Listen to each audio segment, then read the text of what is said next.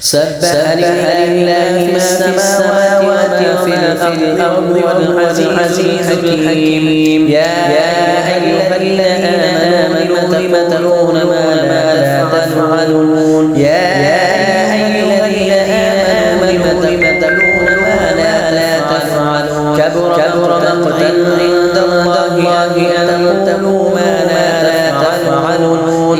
إن الله يحب الذين يقاتلون في سبيله صفا كأنهم بنيان مرصوص.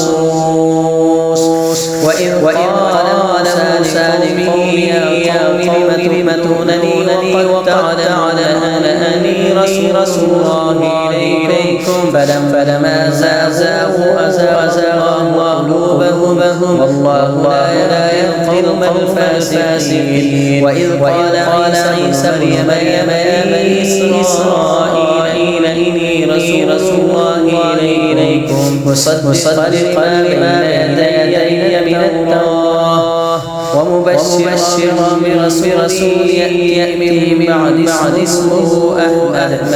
فلما جاءهم بالبينات قال هذا سحر مبين. ومن أظلم من افترى على الله كذبا وادعى إلى الإسلام والله لا يهدي القوم الظالمين. يريدون ليطفئوا نور الله بأفواههم والله متم نوره ولو كره الكافرون. هو الذي أرسل رسوله بالهدى ودين الحق ليظهره على الدين كله ولو كره المشركون. يا أيها الذين آمنوا هل أدل على تجارة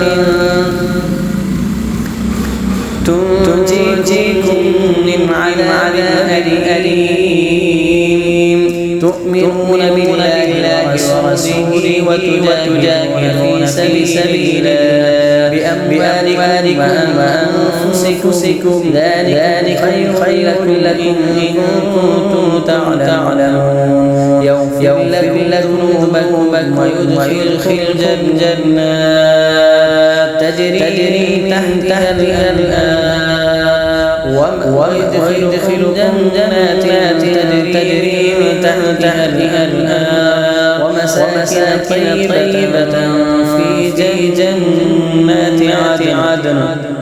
ذلك الفوز العظيم. وأخرى تحبونها نصر من الله وفتح قريب.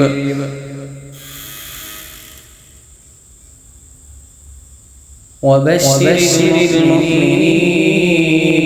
يا أيها الذين آمنوا أنصار الله كما قال عيسى مريم للحواريين من أنصاري إلى الله قال الحواريون نحن أنصار الله فآمن طائفة من بني إسرائيل وكفر طائفة فأيدنا الذين آمنوا على عدوهم فأصبحوا ظاهرين.